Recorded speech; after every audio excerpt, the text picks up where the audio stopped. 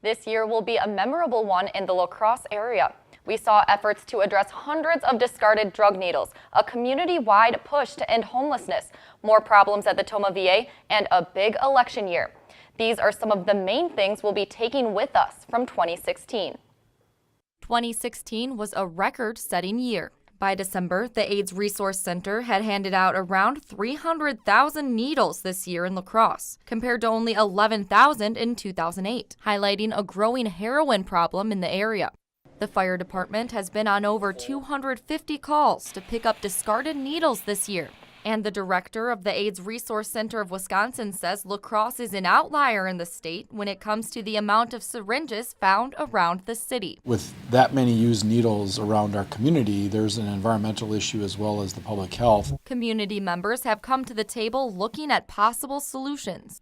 In June, La Crosse launched a collaborative with a consultant to tackle the lofty goal of addressing another ongoing problem: homelessness. From my experience, I know that La Crosse can end homelessness. While there are still people going into 2017 without homes, in December, La Crosse became the first city in Wisconsin to effectively end veteran homelessness by finding homes for more than a dozen vets. It's awesome. I mean, the program and the people in the program have helped me immensely. A veterans hospital that's come under fire in recent years for overprescription and a negative work environment faced more hard times in November. The Tomah VA urged nearly 600 veterans to get tested for HIV and hepatitis after the VA found out one of their dentists wasn't cleaning his dental products up to the hospital's standards. It was very purposeful from what we found in our investigation that he knew exactly what he was doing and preferred to use his own equipment against procedure. About 60% of the 592 veterans have been tested,